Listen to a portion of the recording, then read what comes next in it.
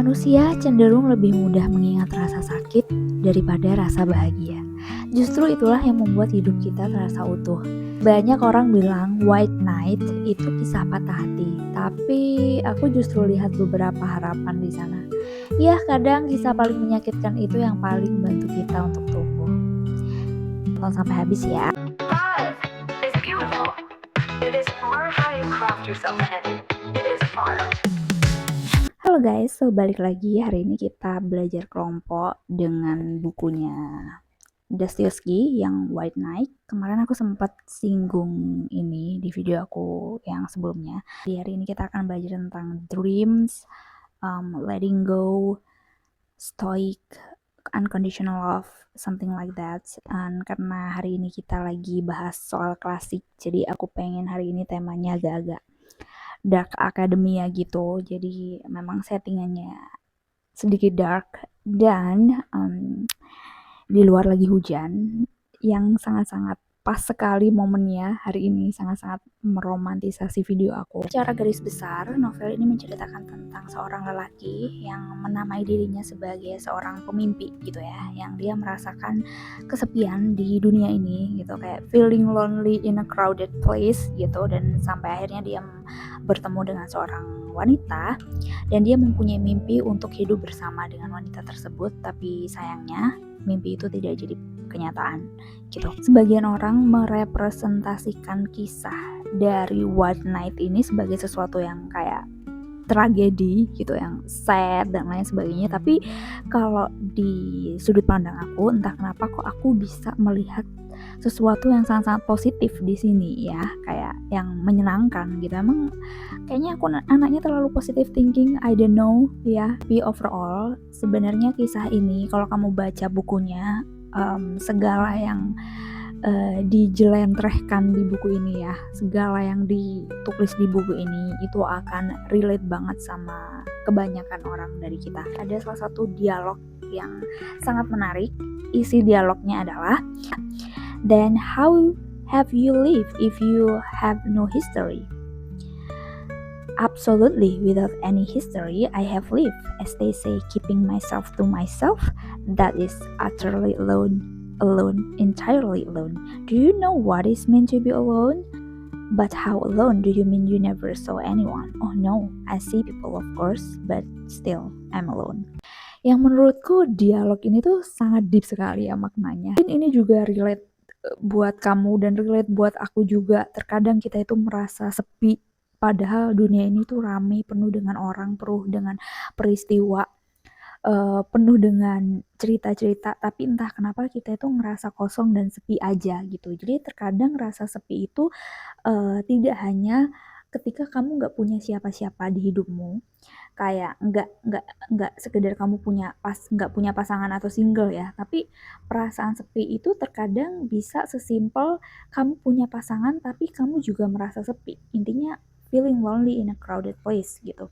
Ada beberapa orang di luar sana yang I'm single, I'm alone but not lonely, tapi ini kebalikannya, I'm not alone but I'm lonely gitu loh, ngerti gak sih? Jadi terkadang perasaan sepi itu bisa jadi karena kamu punya pasangan, kamu punya banyak peristiwa di hidup kamu yang terjadi di hidup kamu, tapi entah kenapa hati kamu tuh kosong, kayak kamu alone aja. Sekedar seperti ngerasa bahwa hidup kamu tuh kayak nggak punya history gitu loh, kayak nggak ada sesuatu something special yang terjadi di hidup kamu, kayak yang ya udah hidup aku tuh kayak gini-gini aja, kayak nothing special gitu. Itulah rasa sepi yang seperti itu, yang terkadang mungkin sebagian dari kita juga pernah mengalami dan sangat relate dengan dialog ini.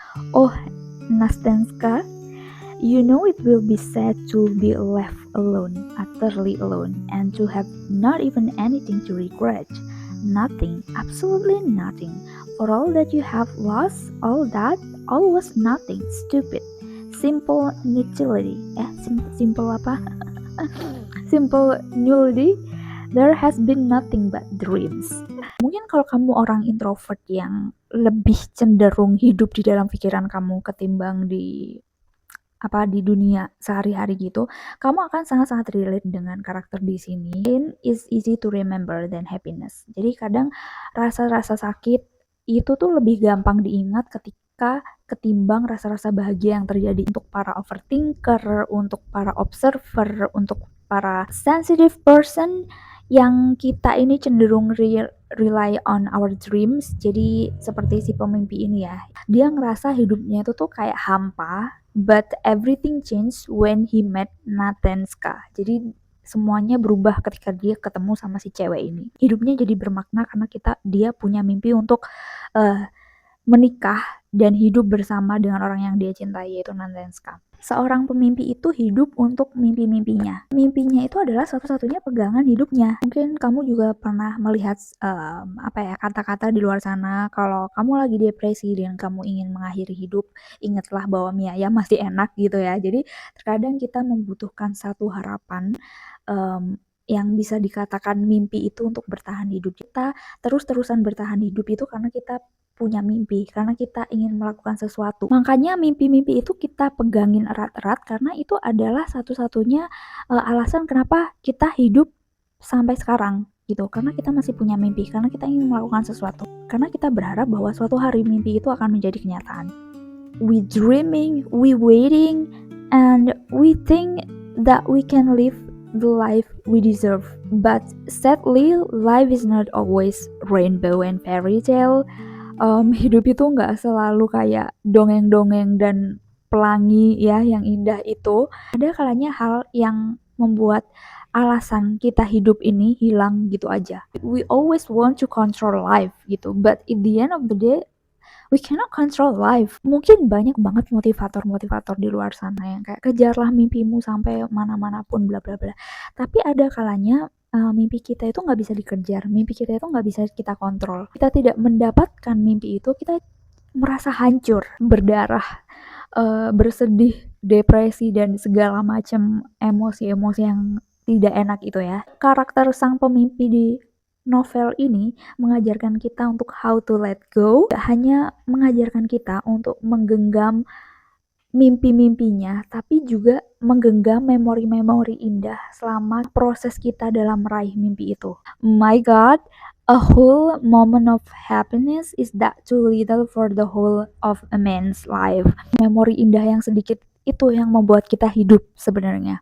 That's what make us complete. Kita sempat merasa bahagia ketika kita mencoba untuk pursuing our dream. Jadi momen-momen di perjalanan kita untuk meraih mimpi itu, momen-momen bahagia itulah yang seharusnya membuat kita komplit gitu. Karena kita sempat merasa bahagia saat di perjalanan kita meraih mimpi itu. Seperti halnya si pemimpi ini, dia merasa bahagia ketika dia mengobrol dengan Natenska. Meskipun pada akhirnya Natenska itu tidak menikah dengannya, tapi dalam perjalanan dia bersama Natenska itu banyak kebahagiaan yang dia dapatkan. Makanya dia bilang whole moment of happiness is that too little for the whole of a man's life. Itulah esensinya. Jadi terkadang kita itu tidak hanya menggenggam mimpi, tapi kita juga harus menggenggam memori-memori indah saat kita meraih mimpi itu, dalam perjalanan kita meraih mimpi itu. It's so much enough comparing to the pain yang membuat hidup kita terasa penuh karena kita sudah merasakan keduanya gitu. Jadi kita merasakan yang sangat-sangat bahagia dan kita sudah merasakan yang sangat sakit juga. Jadi komplit, hidup kita komplit. Ini cerita ketika dulu aku pernah patah hati sama salah satu mantan yang aku sangat mencintai gitu ya. Aku tuh patah hati banget, tapi waktu itu kakak aku bilang sama aku, "Devi, bukannya kamu harusnya bersyukur ya? Di samping dia menyakiti kamu, tapi dia juga pernah ngebahagiain kamu gitu. Harusnya tuh kamu berterima kasih, matur suwun gitu ya. Matur suwun, ya Allah, aku sempat ngerasain cinta yang indah ini." Jadi itulah yang menurut aku di buku si pemimpi ini jelaskan ya. Jadi kadang kita harus bersyukur for the memory of happiness dan love yang dia rasakan itu, karena my life is complete now gitu, hidupku komplit sekarang gitu. Dan ini juga yang dikatakan salah satu teman aku, the most powerful word in the world is arigato, atau yang kita bilangnya thank you, terima kasih, matur nuwun, apalah itu ya. Jadi kata terima kasih itu sebenarnya kata yang sangat powerful. The most powerful word in the world is thank you gitu. Dan bahkan di Al-Quran pun juga dijelaskan, ketika kamu bersyukur maka aku akan menambah nikmatmu. Jadi sebenarnya itu akan memudahkan nge-shift mindset kita ketika kita kehilangan sesuatu, ketika impian itu tidak jadi kenyataan, ketika kita kehilangan apa yang kita inginkan. Bukankah kita seharusnya bersyukur karena dalam perjalanan meraih mimpi itu banyak hal-hal indah yang terjadi.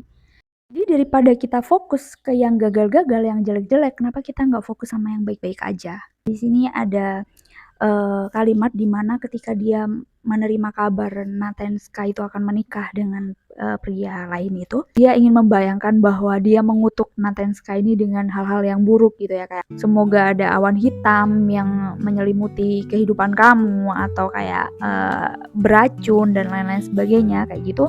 Terus di sini juga dia bilang never, oh never.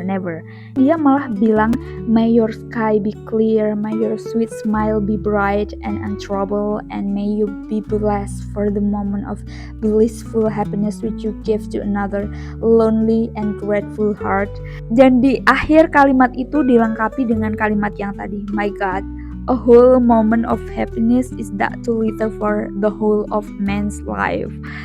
Kayak, oh my God, what a gentleman. Even a little happiness, you really grateful for it, and still you give her a wish for happiness. Jadi instead dia tuh kayak mengutuk Natenska atau ngedoain Natenska yang jelek-jelek karena mempermainkan hatinya, yang katanya dia mau nikahin dia tapi malah nikahin cowok lain. Dia malah mendoakan Natenska yang kayak baik-baik gitu, dan dia bilang kalau dia sangat menghargai kebahagiaan yang pernah terjadi dengan Natenska. Itu adalah apa ya yang dia bilang, is that too little for whole of man's life gitu. Apakah itu terlalu sedikit untuk seluruh hidupku, kebahagiaan itu? Inilah yang kata kakak aku bilang ya. Jadi kayak ketika aku putus sama pacarku yang itu, kamu tuh harusnya inget yang indah-indah gitu loh. Jadi consider it your life is complete gitu. Meskipun mantan kamu itu toxic dan nyakitin kamu, bukannya kamu juga bahagia ya waktu sama dia gitu. Bahagia banget gitu, walaupun kamu sakit, tapi kebahagiaan itu it is too little for the whole man's life gitu. Kebahagiaan itu tuh nggak akan pernah terasa sedikit untuk seluruh kehidupan. Itulah yang the real unconditional love. Si pemimpi ini mengajarkan kita unconditional love. That's how you should love someone. That's how love should feel like. Walaupun kamu nikah sama orang lain, it's okay kok, karena cintaku sama kamu tuh unconditional gitu, Cile. Tapi kalau dari segi Natenskanya, dia kan juga sebenarnya di PHP ini ya. Jadi dia ceritanya dia mau dinikahin sama cowok, tapi cowok itu tuh kayak menghilang gitu aja gitu. Akhirnya dia menggalau dan ketemulah sama si pemimpi ini gitu. Dan pada akhirnya yang aku bilang tadi, when you let go, something better will come gitu ya. Jadi ketika dia sudah berusaha untuk melepas si cowok itu, ada cowok yang datang untuk menghibur dia gitu. Dan pada akhirnya ketika Nantenska itu sudah letting go of everything, oke, aku mau nikah sama kamu, aku udah nggak akan cinta aku beri ke cowok yang sudah ninggalin aku. The moment she let go, cowok itu datang. Kadang kamu itu nggak harus menggenggam mimpi kamu tuh kuat-kuat. Ada kalanya kamu harus melepaskan mimpi itu. Ketika mimpi itu tuh sepertinya jauh gitu ya. Sepertinya mimpi itu memang sudah tidak terkabul. Sepertinya kamu memang sudah tidak mendapatkan mimpi itu. Ada kalanya kamu harus letting go of your dream gitu loh. Dan ketika kamu let go, ketika kamu surrender, mimpi itu datang dengan sendirinya. Kalau dia nggak diganti dengan yang lebih baik, dia akan datang. Dan keajaiban hidup itu terjadi ketika mereka letting go atau mereka surrender terhadap hidup mereka. Letting go is so powerful.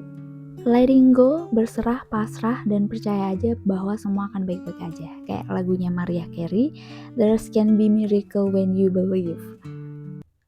Oke, mungkin itu aja video aku hari ini. Klasik itu terkadang maknanya tuh sangat deep ya, dan of course ada segmen tersendiri YouTube aku di mana aku membahas perspektif atau opini-opini atau pembelajaran yang aku dapatkan dari buku yang aku baca. Especially aku suka baca buku klasik. Jadi next kita akan bahas more of the classic book. Apapun proses yang lagi kamu jalani sekarang itu berharga, Kalau kamu mau terus belajar mencintai, melepaskan, dan memperkuat diri, tekan tombol subscribe dan kita ketemu lagi di video berikutnya dengan buku baru dan juga pelajaran baru. Terima kasih sudah mendengar sampai akhir. Semoga cerita ini tinggal di hati kamu lebih lama dari rasa sakitmu. Bye.